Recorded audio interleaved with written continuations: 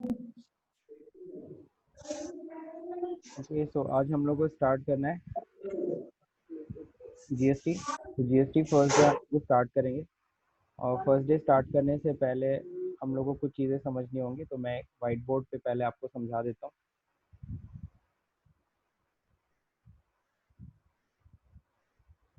सबसे पहले तो हम लोग को स्टार्ट करना है जीएसटी। तो जीएसटी का मतलब क्या होता है? इसका फुल फॉर्म तो बहुत आसान है, goods and services tax. Okay, goods and services tax. हमारे प्रधानमंत्री जी ने इसको बोला गुड एंड सिंपल टैक्स। तो वो फुल फॉर्म मत बता दीजिएगा, वो उन्होंने अपनी तरफ से बनाया है। इसका जीएसटी का फुल फॉर्म है गुड्स एंड सर्विसेज टैक्स। अब गुड्स एंड सर्विसेज टैक्स है क्या, इसको समझना है। उसको समझाने से पहले हम लोग को ये समझना होता है कि what is the meaning of taxes. जैसा कि मैं ये हमेशा स्टार्टिंग में सबको बताता हूँ, एक बार फिर से समझ लेते हैं what is tax. Okay, tax क्या है? ओके, सो टैक्स का मतलब क्या होता है सबको पता है। It is the major source of government revenue. It is the major source of government revenue. Okay, so ये क्या है, टैक्स क्या है? Tax is the major source of government revenue. सबको पता है कि गवर्नमेंट डिफरेंट डिफरेंट तरीके से अर्निंग करती है, रेवेन्यू कमाती है। बट जो मेजर सोर्स है यानी 52% ऑफ टोटल रेवेन्यू, अगर गवर्नमेंट के टोटल अगर रेवेन्यू की बात करें तो उसमें 52% रेवेन्यू जो जनरेट करती है, यानी आधे से भी अधिक जो रेवेन्यू जनरेट करती है वो टैक्सेस के जरिए जनरेट करती है। इसीलिए हम लोग बोलते हैं tax is the major source of government revenue. अब हम लोग टैक्सेस में पढ़ेंगे कि भारत में कितने तरह के टैक्सेस चार्ज होते हैं, टाइप ऑफ टैक्सेस। तो सबको पता है भारत में कितने तरह के टैक्सेस चार्ज होते हैं, दो तरह के, है ना? आप सभी लोगों ने पढ़ रखा ऑलरेडी। तो two type of taxes. Okay, तो टू टाइप ऑफ टैक्सेस में सर जी क्या क्या है? सबसे पहला है डायरेक्ट टैक्स। ओके, दूसरा क्या है? Indirect tax. जैसे आप लोगों ने इंग्लिश में पढ़ा होगा, एक डायरेक्ट सेंटेंस होती है और एक इनडायरेक्ट सेंटेंस होती है। डायरेक्ट सेंटेंस का मतलब सिंपल सा, अगर मैं कहता हूँ मैं खाना खाने के बाद खेलने जाऊंगा, तो इसका मतलब क्या है? ये डायरेक्ट सेंटेंस हो गया। इनडायरेक्ट सेंटेंस मतलब मैं खेलने जाऊंगा खाना खाने के बाद, इनडायरेक्ट सेंटेंस हो गया। मीनिंग तो दोनों की एक है। तो आप चाहे डायरेक्ट टैक्स बोल लो चाहे इनडायरेक्ट टैक्स बोल लो, दोनों के पीछे टैक्स लगा है। और टैक्स सबको पता है, tax is the major source of government revenue. ये दोनों ही टैक्सेस किसके पास जानी है? गवर्नमेंट के पास जानी है। अब डायरेक्ट टैक्स क्या होता है, इनडायरेक्ट टैक्स क्या, इन दोनों के बीच में डिफरेंस को भी थोड़ा सा समझ लेंगे। ओके, डायरेक्ट टैक्स किस पे चार्ज होता है? इनकम पर। ओके, अगर आप इनकम कमाओगे एक लिमिट से ज़्यादा या कह लो, तो जाहिर सी बात है वहाँ पे क्या होगा, वहाँ पे आपको डायरेक्ट टैक्स देना पड़ेगा। तो डायरेक्ट टैक्स किस पे चार्ज होता है? Charge on income. तो ये आपकी इनकम पे चार्ज होता है। जबकि अगर हम इनडायरेक्ट टैक्स की बात करें तो ये किस पे चार्ज होता है? Charge on goods and services. तो ये सबसे बड़ा मेन फर्क है इन दोनों के बीच में। और अगर कोई अगर आपसे अगर पूछे कि अच्छा चलो ठीक है ये तो समझ में आ गया, बट कंसेप्ट क्या है, तो कंसेप्ट सिंपल सी बात है, its liability can not be shifted to someone else. Okay, यानी कि इट्स लायबिलिटी, यानी इसकी लायबिलिटी हम लोग किसी और के ऊपर शिफ्ट नहीं कर सकते हैं। डायरेक्ट टैक्स अगर आपके ऊपर चार्ज हुआ है तो इसकी लायबिलिटी आप ही को पे करनी है। इसकी लायबिलिटी को आप किसी और के ऊपर शिफ्ट नहीं कर सकते हो। जबकि अगर वहीं अगर हम लोग बात करें किसकी, इनडायरेक्ट टैक्स की, ठीक है, तो अगर इनडायरेक्ट टैक्स की बात करेंगे तो its liability can be shifted to someone else. आप इसको आसानी से किसी और के ऊपर शिफ्ट कर सकते हो। ठीक है, इवन दो जैसे फॉर एग्जांपल, अगर कल को गवर्नमेंट कहती है कि चलो ठीक है हम आप जो भी प्रोड्यूसर है, सपोज करो आप कोल्ड ड्रिंक बना रहे हो, और आपसे कहती है कंपनी, गवर्नमेंट कहती है आपसे अब 20-30% या आपसे 40% टैक्स लेंगे, तो मैन्युफैक्चरिंग कंपनी क्या कहेगी? ठीक है 40 लो 50 लो, हमें क्या करना है, हम तो सामने वाले से वसूल लेंगे। तो वो इट्स लाइबिलिटी को सीधे सीधे होलसेलर के ऊपर शिफ्ट कर देती है, होलसेलर इसको शिफ्ट कर देता है रिटेलर के ऊपर, रिटेलर इसको शिफ्ट कर देता है कंज्यूमर के ऊपर। फाइनली यानी अल्टीमेट कस्टमर ही सारा टैक्सेस पे कर रहा है। ओके, ये दो डिफरेंसेस काफ़ी हैं। अब हम लोग बात करेंगे एग्जांपल्स की। तो हम लोगों ने डायरेक्ट टैक्स पढ़ रखा है, कई लोगों ने इसमें पढ़ा है, कुछ लोगों ने नहीं पढ़ा है। तो majority of the students are already learn direct taxes. तो इसमें क्या चीज़ आती है, सबसे पहले इनकम टैक्स। तो इनकम टैक्स क्या है, इनकम टैक्स एक डायरेक्ट टैक्स है। ओके, नाउ सेकेंड अगर हम लोग बात करें, आपने पढ़ा होगा TDS, tax deducted at source. यानी जैसे ही आपकी कमाई होती है, जहाँ से आपको अर्निंग मिलती है, वहीं से आपका टैक्स काट लिया जाता है, that is TDS, tax deducted at source. It is also an example of direct tax. Even TCS, tax collected at source. Okay, 5 items के ऊपर टैक्स कलेक्टेड एट सोर्स लगता है, टीसीएस लगता है, और ये भी एक डायरेक्ट टैक्स का ही एग्जाम्पल है। तो अभी तक हम लोग ने डायरेक्ट टैक्स के एग्जाम्पल्स देखे। अब हम लोग बात करेंगे किसके, इनडायरेक्ट टैक्सेस के एग्जाम्पल की। तो अगर इनडायरेक्ट टैक्स के एग्जांपल्स की बात करें तो इसमें क्या क्या चीज़ें आ जाएंगी। सबसे पहले तो हम जीएसटी पढ़ रहे हैं, GST is an example of indirect taxes. Okay, अभी भी कुछ ऐसे इनडायरेक्ट टैक्सेस है जो अभी भी चार्ज हो रहे हैं, मतलब जीएसटी के अलावा भी taxes, just like stamp duty. Okay, तो स्टैम्प ड्यूटी क्या है, इनडायरेक्ट टैक्स है। आप लोग हाईवे पे गए होते तो वहाँ टोल टैक्सेस लगते हैं, टोल टैक्सेस भी क्या है, इनडायरेक्ट टैक्सेस। ठीक है, और भी बहुत सारे टैक्सेस जो अभी भी, जस्ट लाइक आपको पता होगा कि अभी भी एक्साइज लगता है। Okay, excise duty. ओके, तो एक्साइज ड्यूटी किस पे लगता है, excise duty just like alcohol पे लगता है, स्टेट एक्साइज ड्यूटी। तो वो अल्कोहल के ऊपर आज भी लगता है, अल्कोहल के ऊपर जीएसटी ना तो कभी लगेगा ना तो क्रूड कभी, ऑयल। ना, हाँ बिल्कुल सही, क्रूड ऑयल, क्रूड ऑयल पे भी एक्साइज ड्यूटी लगती है, बिल्कुल सही है ना। और अभी अगर हम लोग बात करें ऑयल, कैसे कर सकते हैं?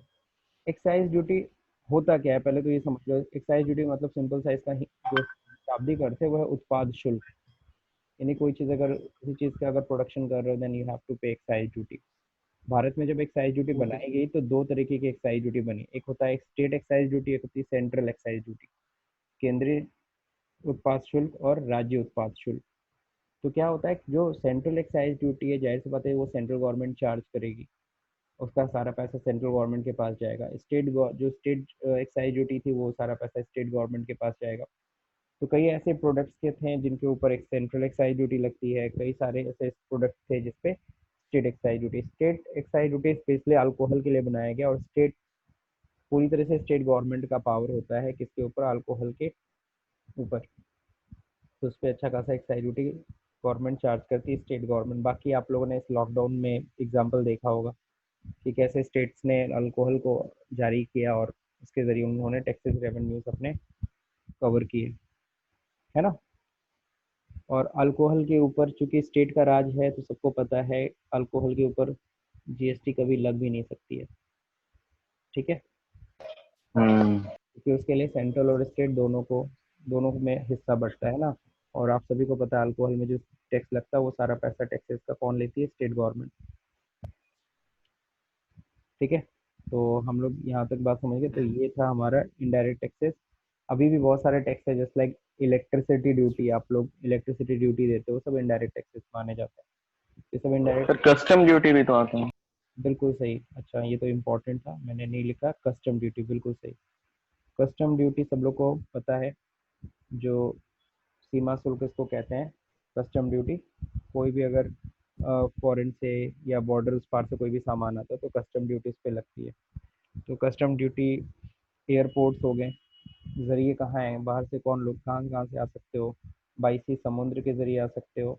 ओके, और कहाँ से बाई एयर आ सकते हो, बाई रोड आ सकते हो। ठीक है, तो ये सभी के सभी है। तो direct taxes, stamp indirect duty क्या टैक्सेस। होता है? सर स्टैम्प ड्यूटी क्या होता है?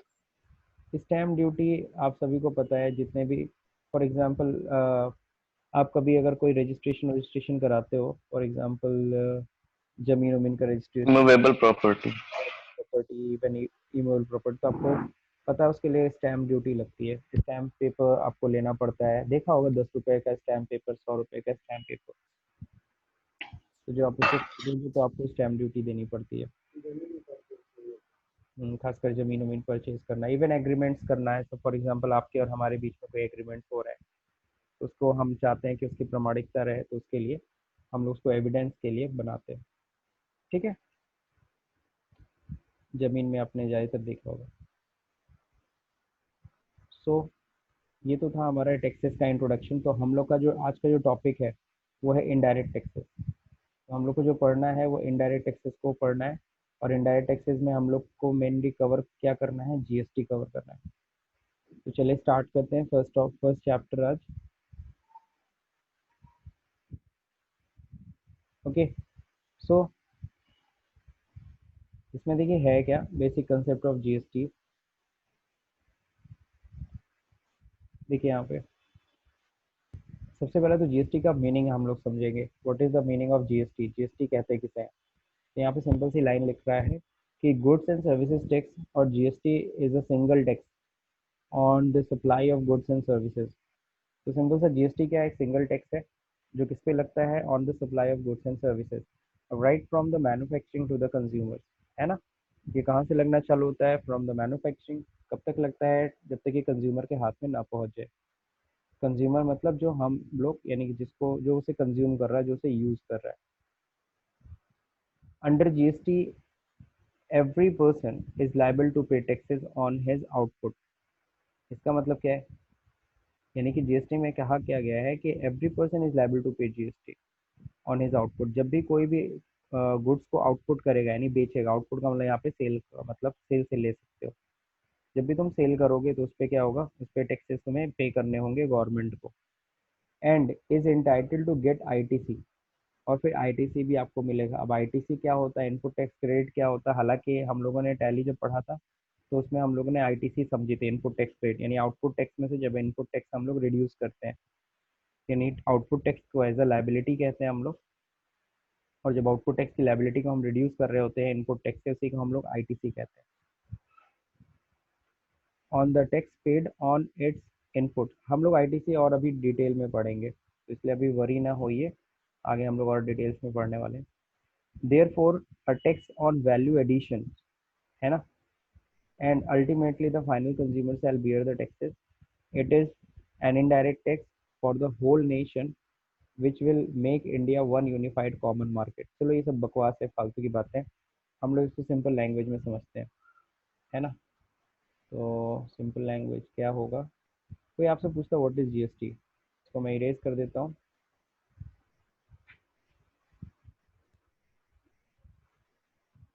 कोई आपसे पूछता है व्हाट इज जीएसटी, तो जीएसटी, व्हाट इज जीएसटी का कई आंसर आप दे सकते हो। अब उसको कौन सा आंसर चाहिए, सबसे पहला बहुत सिंपल सा आंसर मैं आपको दे, GST is an indirect tax, indirect tax. है ना। बहुत सिंपल सा आंसर है, GST is an indirect tax. GST क्या है, इनडायरेक्ट टैक्स है। बट वो कहता नहीं नहीं, आप थोड़ा डिटेल्स में बताइए व्हाट इज जीएसटी। तो सिंपल सा, GST is a destination based tax, ये जरूर बोलना, destination based tax, charge on supply of goods and services. Okay, ये सबसे माकूल जवाब है, मतलब एक तरह से कह सकते हो सबसे प्रॉपर डेफिनेशन है इसकी। GST is a destination based tax charge on supply of goods and services. तो ये किस पे लगता है, supply of goods and services पे लगता है ना। तो यहाँ पे एक वर्ड यूज किया गया सप्लाई, सप्लाई की भी हमें मीनिंग समझनी है। और यहाँ पे एक और वर्ड यूज किया गया है डेस्टिनेशन बेस्ड। डेस्टिनेशन का मतलब क्या है, इसका भी मतलब हम लोग को सीखना पड़ेगा, क्योंकि जब हम डेफिनेशन बताएंगे ना, तो होता है ना कि जब हम लोग किसी को भी आंसर देते हैं तो वो हमारे आंसर में से एक क्वेश्चन निकालता है। और इसमें बहुत ही सिंपल सी चीज़ है कि ये डेस्टिनेशन बेस्ड का मतलब समझना होगा। अच्छा, किसी को पता है क्या डेस्टिनेशन बेस्ड का मतलब यहाँ पे क्या है, कोई भी। ये सब जहाँ तक माल यस बेचना हो, सर्विसेज, सर्विसेज जहाँ पर कंज्यूम की जा रही है, या फिर गुड्स जहाँ कंज्यूम किया जा रहा है, ना कि जहाँ से, बिल्कुल सही, है ना, जहाँ पे वहाँ गुड्स पे का टैक्स लगेगा। बिल्कुल सही, जहाँ पे गुड्स का डेस्टिनेशन होगा। ठीक है ना, अगर यूपी से कोई गुड्स अगर बेचा जा रहा है कहाँ पे, बिहार में, तो Bihar is the destination. Okay, तो बिहार गवर्नमेंट को उसका जीएसटी टैक्स यानी कि मिलेगा, तो इसीलिए हम लोग कहते हैं कि GST is a destination based tax. Charge on supply of goods and services, supply का मीनिंग क्या होता है ये भी अभी हम लोग डिटेल्स में पढ़ेंगे। तो ये था दो आंसर, पहला GST is an indirect tax, simple answer दे के निकल सकते हो, और अगर नहीं समझ में आता सामने वाले को तो आप प्रॉपर डेफिनेशन दो। हमेशा मैं तो यही कहूँगा आप यही डेफिनेशन दिया करो कि GST is a destination based tax charge on supply of goods and services.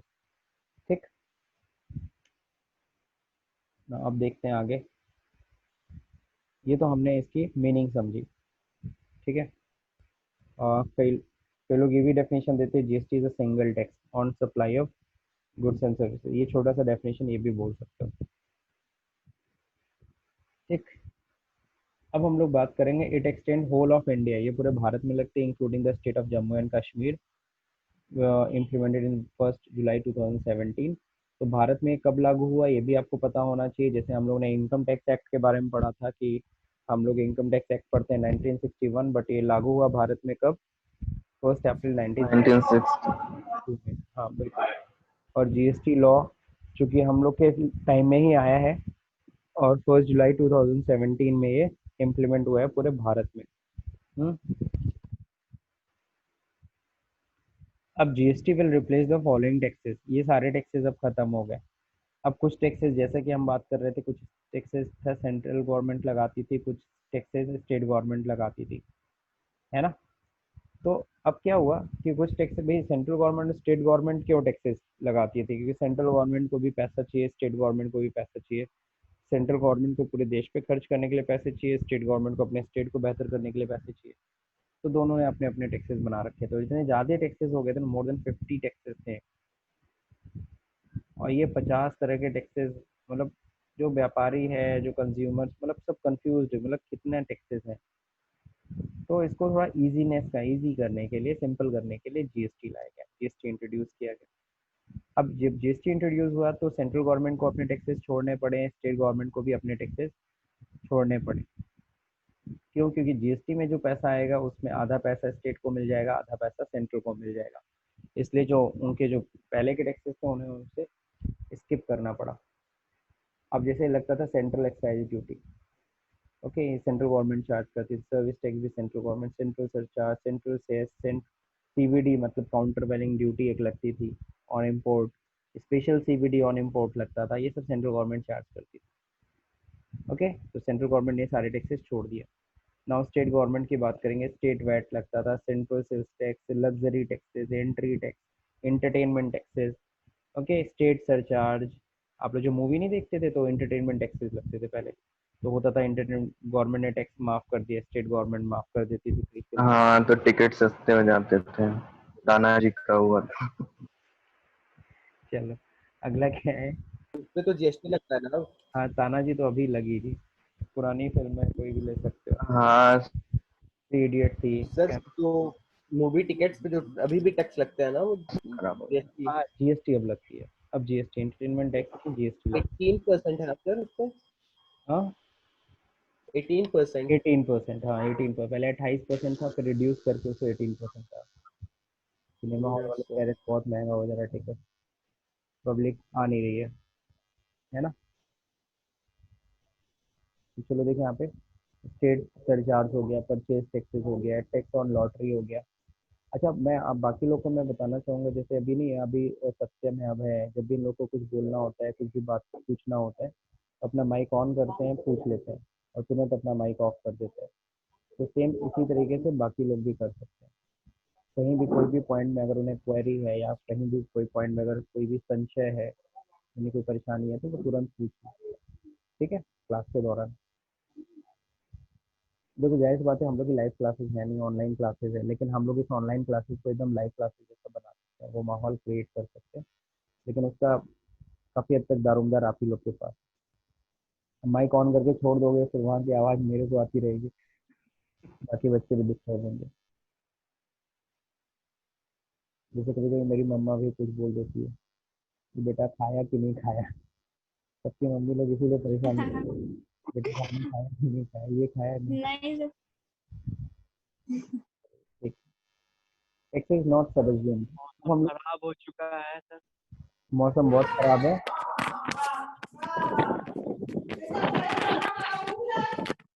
पहले माइक ऑफ करिए। सर अभी कहीं से कुछ ज्यादा ही आवाज आ रही है। तो मेरी साइड से भी आ रही है क्या आवाज? हाँ चलो ठीक है, हो गया। नहीं सर, नहीं सर आपकी साइड से नहीं आ रही है सर, किसी और की है सर। ठीक है। सर एक्चुअली वेदर सर बहुत अच्छा हो गया, बहुत बेहतरीन वेदर हो गया है। क्या वेदर का मजा लेना है आप लोग को? अरे यस कौन सी सर, जगह पे हैं आप? यस हमारे इधर यहाँ तो तो धूप है। धूप हुई है। सर और वो इतना भी तेज आंधी तेज। था सर, बहुत तेज आंधी आ रही है। जिसके यहाँ आंधी आ रही है इधर भी भेज दो थोड़ा। नहीं अभी पहुंच रही है, पहुंच रही है, इधर ज्यादा तो देर नहीं धूप से लगेगा। हालत खराब है। It is not possible. अरे यार अम्फान होगा तुम्हारे साइड।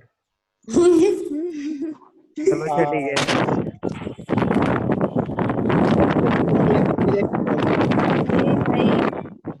ये तो लग रहा है सर भाई। म्यूट कर दीजिए सबका। एंडिंग प्रोसेस ऑन हो गए क्या? मैं म्यूट कर देता हूँ, भाई कौन आ गया लग रहा है वहाँ। मैं म्यूट कर रहा हूँ। ओके ठीक है। खैर थोड़ा यहाँ पे अंधेरा हो ही गया। अब देखिए यहाँ पे बात करते हैं टैक्सेस नॉट सबज्यूम्ड। कौन से टैक्सेस नहीं अभी भी शामिल हुए हैं जीएसटी में? ये सारे टैक्सेस ऊपर के जो भी हमने पढ़े थे सब खत्म हो के जीएसटी में शामिल हो गया एक तरीके से, यानी इसको हटा दिया गया। लेकिन अभी भी कुछ ऐसे टैक्सेस हैं जिनको अभी भी खत्म नहीं किया गया, अभी भी चार्ज हो रहे हैं, अभी भी लग रहे हैं। ये जीएसटी से अलग है और गलती से भी ये मत बोल देना नहीं ये भी खत्म हो गया। Taxes not subsumed. सबसे पहला basic custom duty and safeguard duties on import of goods and India into India. तो कस्टम ड्यूटी आपको पता है बॉर्डर पे लगता है, जब भी कोई चीज़ गुड्स भारत में आता है तो उस पर कस्टम ड्यूटी या सेफगार्ड ड्यूटी लगती है। ओके, सेफगार्ड ड्यूटी आप समझ सकते हो। सेफगार्ड ड्यूटी मैं ऐसे बता दे रहा हूँ कि कई बार क्या होता है अपने डोमेस्टिक बिजनेसमैनों को बचाने के लिए गवर्नमेंट किसी प्रोडक्ट के ऊपर इतना टैक्सेस भी लगा सकती है सेफगार्ड ड्यूटी के तहत कि वो यहाँ के मार्केट के प्राइस के बराबर हो जाए। तो इसको हम लोग सेफगार्ड ड्यूटीज भी कहते हैं। यानी कि सेफगार्ड किसको कर रहा है? सेफगार्ड अपने डोमेस्टिक यानी इंडिया के अपने बिजनेसमैनों के लिए कर रहा है। ठीक है। नेक्स्ट होता है क्या? Road and passenger taxes. आप सभी को पता है अगर आप गाड़ी खरीदते हो तो आपको रोड टैक्स देना पड़ता है। अगर आप अपनी गाड़ी खरीद रहे हो तो वन टाइम रोड टैक्स आप देते हो, है ना।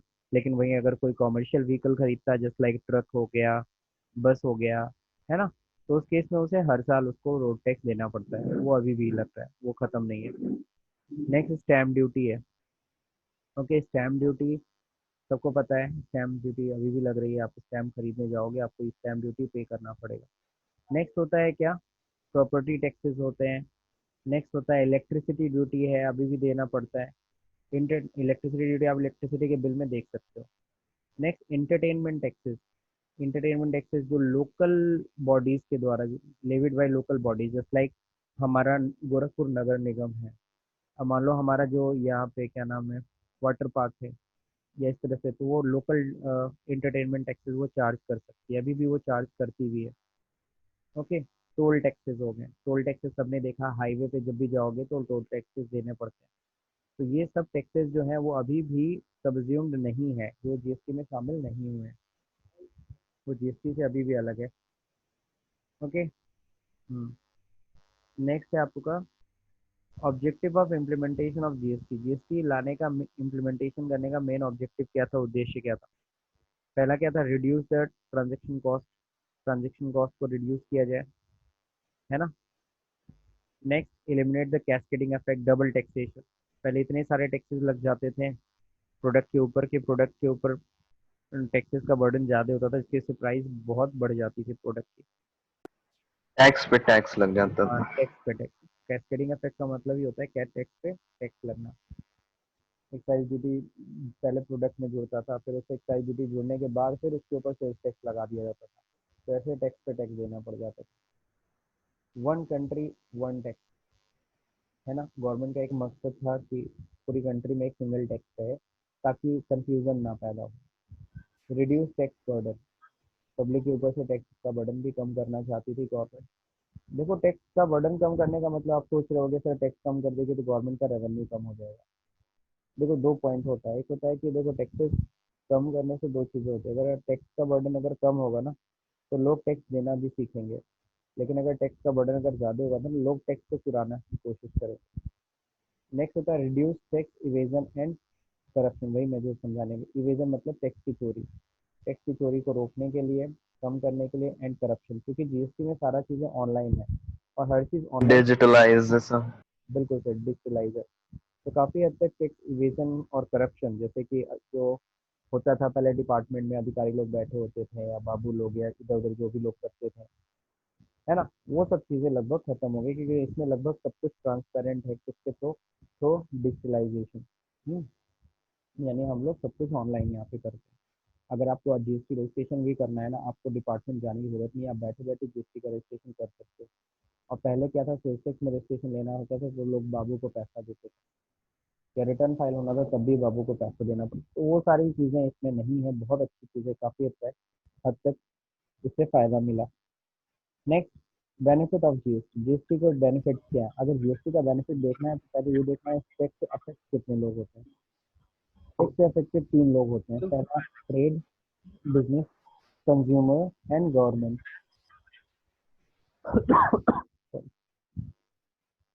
तो जीएसटी से बेसिकली इसमें जो स्टेक होल्डर्स हैं, अफेक्टेड लोग हैं, यानी जीएसटी के बेनिफिट, पहला है ट्रेड, कंज्यूमर और गवर्नमेंट। तो तीनों को देखिए क्या क्या बेनिफिट्स हैं। पहला ट्रेड के लिए देखो, सिंपल टैक्स रिजीम ट्रेड के लिए हुआ।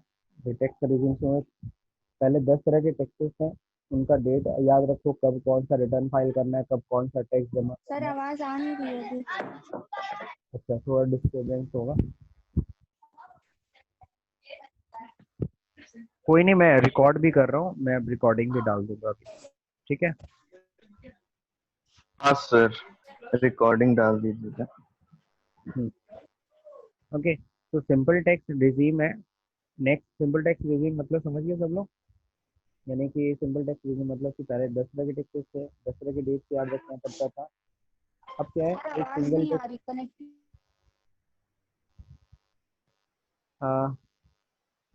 अब इसमें मैं क्या कर सर सकता हूँ? वेदर की वजह से डिस्टर्ब हो रहा है नेट। हाँ, वेदर के कारण ही डिस्टर्ब है। चलो वो कोई नहीं, हम लोग वेदर इसको बस प्रॉब्लम। ओवर करते हैं, बेनिफिट ऑफ जीएसटी, बाकी कल देखेंगे, ठीक है। सर वेदर वेदर डिस्टर्ब है। प्रॉब्लम नहीं है, लोग हो सकता है ऐसे एरिया में हो जहाँ नेटवर्क ना हो, नहीं नहीं, शुरू में तो क्योंकि आवाज मैंने आ रही थी ना, अभी जैसे ही वेदर खराब हुआ है ये इशू आया है। नहीं सर, आवाज ब्रेक हो रही है बार बहुत बार। तेज धूप हुआ है सर। भाई कहाँ धूप हुआ है हमको ही बताओ ना। हमारे हैं? तरफ हुआ है, कुशीनगर। यहाँ पे आंधी आ रहा है, धूप हुआ है। यहाँ गोरखपुर में आंधी आ रही है, पूरी तूफान। अरे अमित इतना भैया तेज गोरखपुर आ धूप जाइए, हुआ है इधर। अमित भैया गोरखपुर आ जाइए। हम्म, आएंगे जुलाई में। जुलाई अच्छा, में बसें चलने लगी बड़ा में आज से। अरे जल्दी आइए, सर से पार्टी लेनी है। हम्म, सब पार्टी लो, हाँ, आओ सर सब बोले तो रंगरेजन। नहीं रंगरेजा अच्छा नहीं है, वहां चलेंगे ना चौधरी में, सामने विजय मूवी देखने अच्छा, जाएगा और उसके बाद पार्टी तो करने रंग जाएगा चौधरी तो में। रंगरेजा ले जा रहे भगाओ, है ना। चौधरी रंगरेजा सर नहीं का सर, फेवरेट रेडिसन। है। जिसको यस सर, जो चौधरी रेडिसन में। सर। जिसको जो जो पसंद है समझ। चौधरी का बर्गर सर का फेवरेट। हम्म, वाह सर, तुम और हम उसी लोगों को सर नहीं बताया आप कभी। और उसी में आग में घी डालो। तो झूठ थोड़ी बोल ये रही तो हूँ, एक आपको इतना छोटी सी पसंद आपकी। है। अरे चलो, इसको सर जल्दी हम लोग कवर कर देंगे, कवर कर लें, उसके बाद हम लोग बात। बेनिफिट्स ऑफ जीएसटी रेट क्या था, सिंपल रिजीम था। Next, mitigation of cascading effect, मतलब डबल टैक्सेशन को खत्म करना। तो ट्रेड को फायदा हुआ, टैक्स पे टैक्स नहीं देना पड़ेगा। Reduce in multiplicity of taxes, बहुत सारे टैक्सेस का जो ध्यान रखना पड़ता था, उसमें जो काफ़ी स्टेशनरी खर्च होती थी वो भी बचा। Development of common national market, पूरा मार्केट है, पहले क्या होता था दूसरे स्टेट से माल लाना होता था, उसके लिए ये रजिस्ट्रेशन लो, वो रजिस्ट्रेशन लो, ये टैक्सेस दो। अब क्या हो रहा है, पूरा इंडिया एक कॉमन मार्केट हो गया, तो ट्रेड्स को ये भी फायदा हुआ कि आसानी से दूसरे स्टेट से सामान मंगा सकते थे। दूसरा नंबर, एक सबसे बड़ा फायदा हुआ कि कॉमन मार्केट होने से होता है ना, जो बॉर्डर की दुकानें जिनकी प्रॉब्लम सबसे ज़्यादा झेलनी पड़ती थी, पता चलता था 2 किलोमीटर आगे जाओ तो वहाँ सस्ता है सामान, और 2 किलोमीटर इधर थोड़ा महंगा पड़ रहा है, तो लोग आगे ही जाके चले जाते थे 2 किलोमीटर आगे, क्योंकि वहाँ बॉर्डर क्रॉस हो जाते थे। तो जो बॉर्डर की दुकानें होती थी उनको जो स्ट्रगल झेलना पड़ता था वो कम हो गया, खत्म हो गया, क्योंकि अब सारे जगहों पे अगर टीवी में यहाँ बेचूँ चाहे मैं दिल्ली में बेचूँ, टैक्सेस का रेट एक ही है, अलग अलग नहीं। Improved competitiveness and domestic industry due to the reduction of cost. अब कॉस्ट कम होने के कारण हमारी जो मार्केट है ना वो मार्केट इंटरनेशनल मार्केट से भी कम्पिटिट कर सकती है। हालांकि ये कहना थोड़ा अतिशयोक्ति होगा, लेकिन चलिए कह देते हैं क्योंकि लिखा है। Reduced cost of compliances. Cost of compliances मतलब होता है पेपर वर्क। कंप्लायंस मतलब सिंपल सा पेपर वर्क समझिए, पेपर वर्क अब रिड्यूस हो गया। पहले हमें service tax, excise duty, sales tax सबका पेपर वर्क मेंटेन करना, अब सिर्फ और सिर्फ एक ही चीज़ का पेपर वर्क मेंटेन करना, वो है जीएसटी। नेक्स्ट, अब ये तो था ट्रेड्स को क्या फ़ायदा हुआ, अब हम बात करेंगे कंज्यूमर्स को क्या फ़ायदा हुआ। सिंपल सी बात, आप लोग को क्या फ़ायदा आप लोग को ज़्यादा पता है, तो मैं इसको बताना नहीं चाहता हूँ, लेकिन चलिए फिर भी पढ़ देता हूँ। कॉस्ट ऑफ गुड्स और कॉस्ट थोड़ी कम हुई चीज़ों की, अगर आपको महसूस हो रहा हो तो। सिंगल एंड ट्रांसपेरेंट टैक्स है। अब सबको पता है यार, मेरे को तो बस जीएसटी देनी है, कुछ और टैक्सेस नहीं देना। Increase in purchasing power and saving and investment, है ना। बाकी लॉकडाउन में सेविंग की ऐसी की तैसी होगी। आगे बढ़ते हैं टू गवर्नमेंट। गवर्नमेंट को क्या फ़ायदा हुआ, simple and easy to administrate. तो simple and easy to administrator मतलब कि अब गवर्नमेंट के लिए भी आसान हो गया, क्योंकि सारा डिजिटलाइजेशन की वजह से हायर रेवेन्यू एफिशिएंसी, पहले से रेवेन्यू बढ़ी। Better control on leakage. Leakage का मतलब क्या, जैसे पहले सेंट्रल गवर्नमेंट अलग टैक्स, स्टेट गवर्नमेंट अलग टैक्स। अगर एक कोल्ड ड्रिंक की बॉटल मैन्युफैक्चरिंग हो रही है तो उसके ऊपर पहले सेंट्रल एक्साइज लगती थी, फिर उसके जो मार्केट में बिकने जाता था तो सेल्स टैक्स लगता था। सेल्स टैक्स स्टेट गवर्नमेंट लेती थी, सेंट्रल गवर्नमेंट सेंट्रल टैक्सेस लेते थे, वो सेंट्रल केंद्रीय उत्पाद शुल्क लेता था, सेंट्रल एक्साइज। अब क्या होता है, कोई बॉटल मान लो मार्केट में बिक रहा है, तो बस स्टेट गवर्नमेंट ये पूछती थी इसको सेंट्रल टैक्स दे चुके हो ना, तो सामने वाला कहता था हाँ हाँ दे चुके हैं। अब स्टेट गवर्नमेंट सेंट्रल गवर्नमेंट से पूछने थोड़ी ना जा रही है कि तुम्हें ये टैक्सेस मिले थे कि नहीं मिले थे। तो पहले सेंट्रल और स्टेट गवर्नमेंट में काफ़ी गैप था। अब यहाँ क्योंकि सबको पता है कि इससे जो भी टैक्स मिलेगा 50% स्टेट को जाना है, 50% सेंट्रल को जाना है, तो यहाँ पे ऐसा हो ही नहीं सकता है कि लीकेज का कोई सवाल है। तो बेटर कंट्रोल ऑन लीकेज हम इस पॉइंट ऑफ व्यू से बोल सकते हैं। तो ये था हमारा बेनिफिट्स ऑफ जीएसटी, ये हमने आज कवर कर लिया। इसके आगे हम लोग नेक्स्ट सेशन में पढ़ेंगे। ओके, तो मैं इसको स्टॉप कर दे रहा हूँ।